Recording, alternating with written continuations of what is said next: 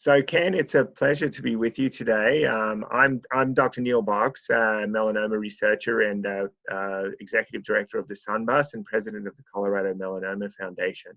We're really privileged to have you with us today to discuss your melanoma story, or your melanography, as we like to call it, your melanoma biography.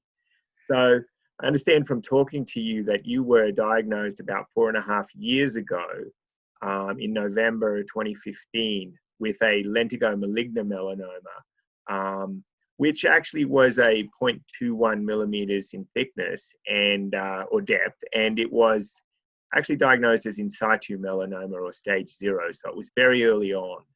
Now, if you had one piece of advice that you could leave to, if you imagine a new patient, somebody that's just got a diagnosis of melanoma, if you had one piece of advice for them, what would it be?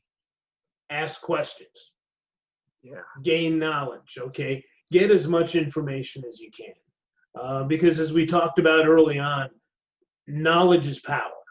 Information is power. If we know what we're facing, we can face it, okay? We know what there is to do. The unknown is always the scariest thing. So to the extent that we can reduce the unknowns, we want to do that, because confidence and knowledge is, I think, very important from an emotional standpoint in terms of dealing with any type of diagnosis, but especially when the word cancer is used, and if it's melanoma, it's a scary word. It is not it's not a reassuring thing when you're given that diagnosis, but you can lessen the impact of the emotional aspect of this by gaining as much knowledge and information as you can.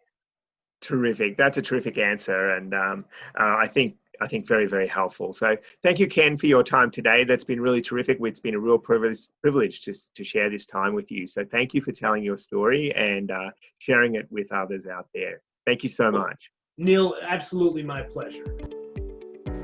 To view Ken Landau's full melanography, visit thesunbus.org.